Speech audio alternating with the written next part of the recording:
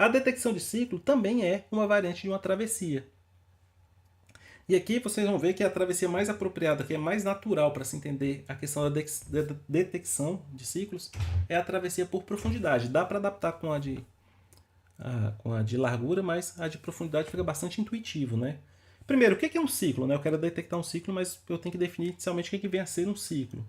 Um ciclo é um caminho, a gente sabe o caminho que é uma sequência de arestas que tem um vértice de partida e um vértice de chegada.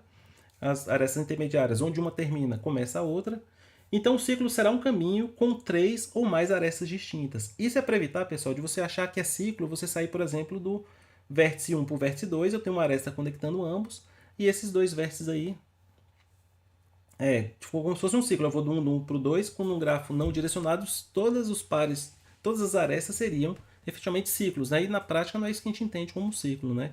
Então estou excluindo essa possibilidade, que só de existir uma aresta bidirecional já é um ciclo. Então eu vou considerar um ciclo, principalmente para grafo não direcionado, é um caminho com 3 ou mais arestas, cujos pontos de partida e chegada são iguais. Então eu vou sair de um vértice, vou passar em um segundo vértice distinto. Aí, como eu não posso retornar para o vértice original, porque eu quero 3 arestas distintas, eu vou ter que ir para um terceiro vértice, que é a minha segunda aresta. Aí, a partir desse ponto, eu já posso retornar para o original. Vou passar, eventualmente, em mais alguns vértices, antes de voltar para o vértice de chegada. Então, aqui tem um exemplo de um grafo que tem um ciclo. Esse grafo é até direcionado. Existem ciclos em grafos direcionados também. Só que é mais complicado a tratativa, né? Eu botei aqui como exemplo, mas a gente vamos nos restringir inicialmente aos grafos não direcionados. Então aqui do vértice 2 eu tenho uma aresta que vai para o 3, depois do 3 para o 5 retorna para o 4 e o 4 para o 2. Então tem um ciclo aí com 4 arestas que começa e termina no vértice 2. E uma vez que você acha um ciclo, qualquer vértice do ciclo que você tomar como ponto de partida, ele pode ser também o ponto de chegada de outro ciclo. Né? Se eu tivesse começado do 3, também tem um ciclo aí que começa, termina em 3, o mesmo vale para o 4 e também para o 5. O que seria um grafo acíclico?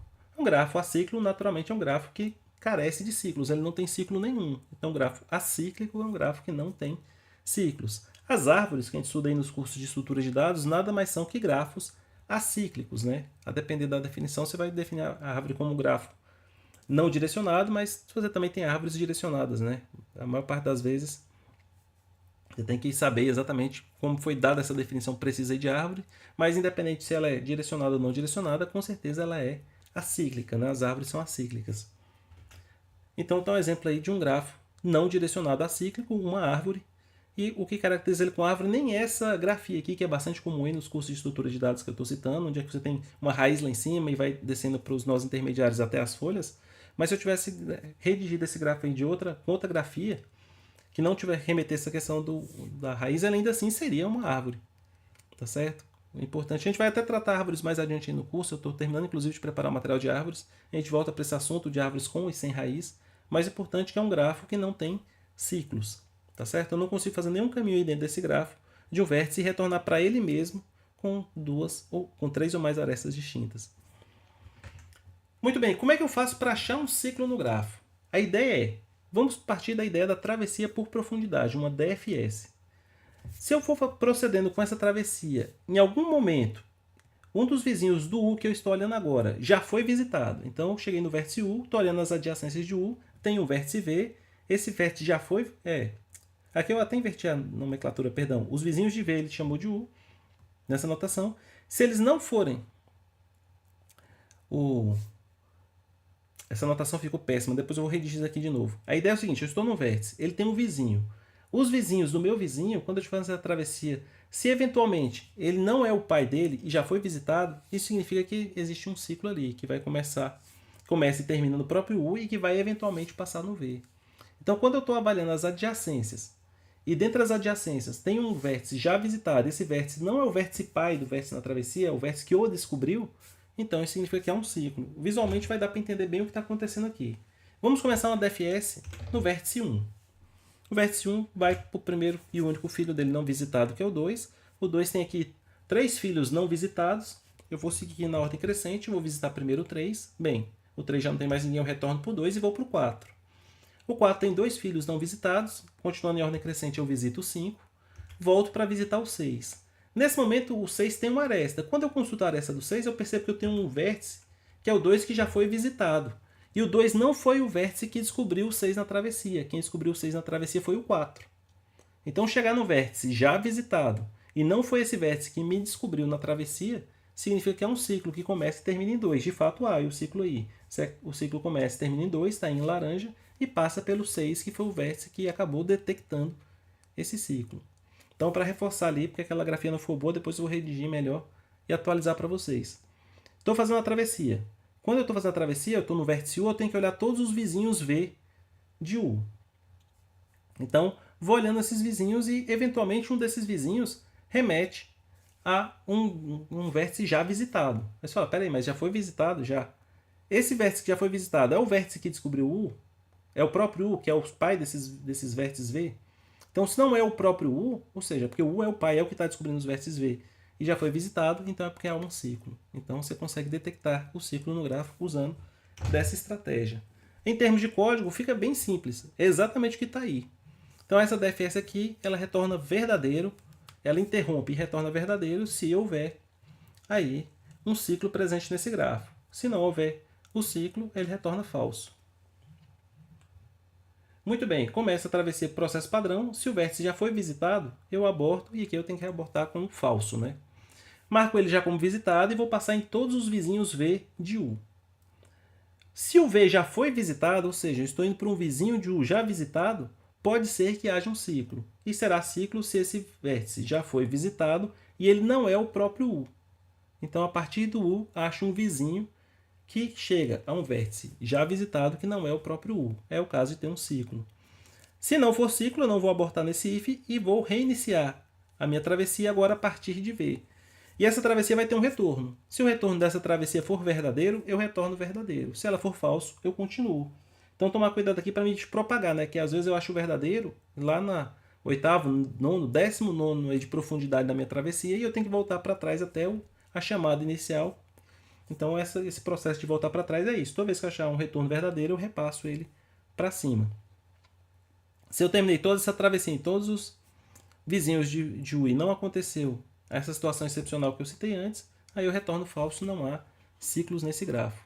E para checar se tem ciclo, eu tenho que, na verdade, fazer o processo da DFS em cada um dos componentes conectados. Afinal, se o grafo não for conectado, ele pode ser um grafo que tem múltiplos componentes e um ciclo em algum desses componentes.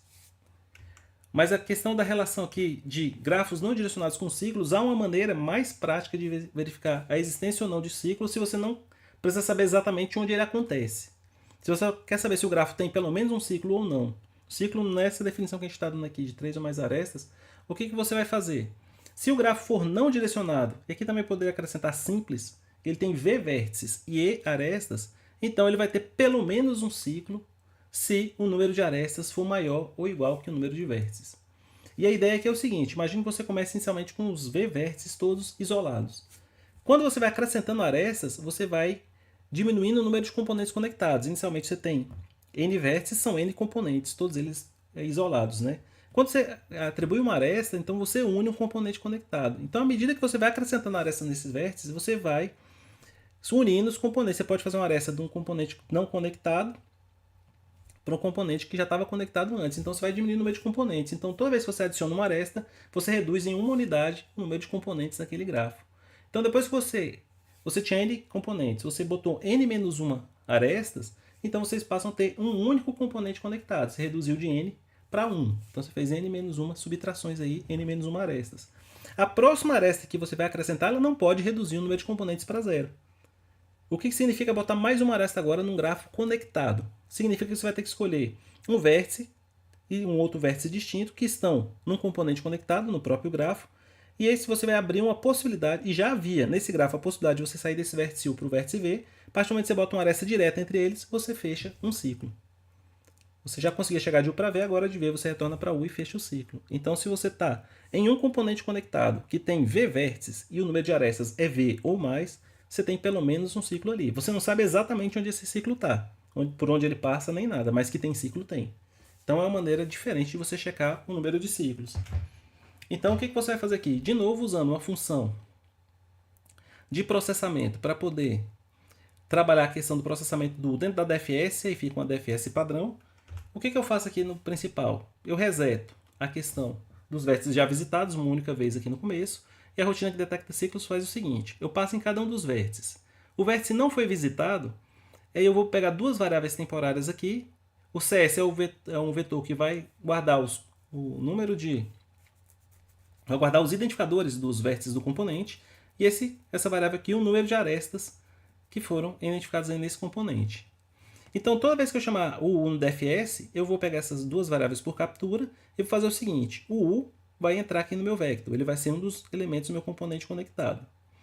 E em seguida, o que eu vou fazer? Em cada uma das adjacências, eu vou dar uma olhada aqui. Eu já visitei o V? Se eu não visitei o V ainda, então foi uma aresta que eu não ponderei ainda, essa é uma aresta que faz parte do componente conectado, eu acrescento ela aqui. Se eu já visitei, então eu não considero essa aresta, porque senão eu ia acabar somando as arestas em duplicidade se o grafo for não direcionado. Então isso aqui faz com que eu some cada aresta uma única vez. Cada aresta bidirecional uma única vez. Quando eu termino a minha travessia, esse vector aqui vai ter os identificadores de todos os elementos do componente, uma coisa que pode ser útil para vocês em outros problemas. Como era no problema lá dos cursos, eu poderia ter rotado essa rotina aqui, extraído os identificadores, e agora sim, com esses identificadores em mão, passando lá no vetor de custos para poder achar o menor deles. E também o número de arestas nesse componente conectado. Aí eu posso usar daquela expressão: o número de arestas é maior ou igual que o número de vértices nesse componente, então eu tenho, nesse componente em particular, um ciclo. Tranquilo? Então, a segunda maneira aí de você detectar os ciclos. Na primeira, vantagem é que você já sai com um dos vértices que faz parte desse ciclo, né? Você sabe que vértice está lá e por qual vértice passa. Então, se seguindo essa aresta, você vai acabar achando esse ciclo aí de uma maneira ou outra, se você quiser sofisticar esse ponto. Se não te interessa saber onde o ciclo acontece, mas a presença ou não dele, aí você pode usar essa rotina que usa essa desigualdade aqui para poder validar a presença ou não de ciclos.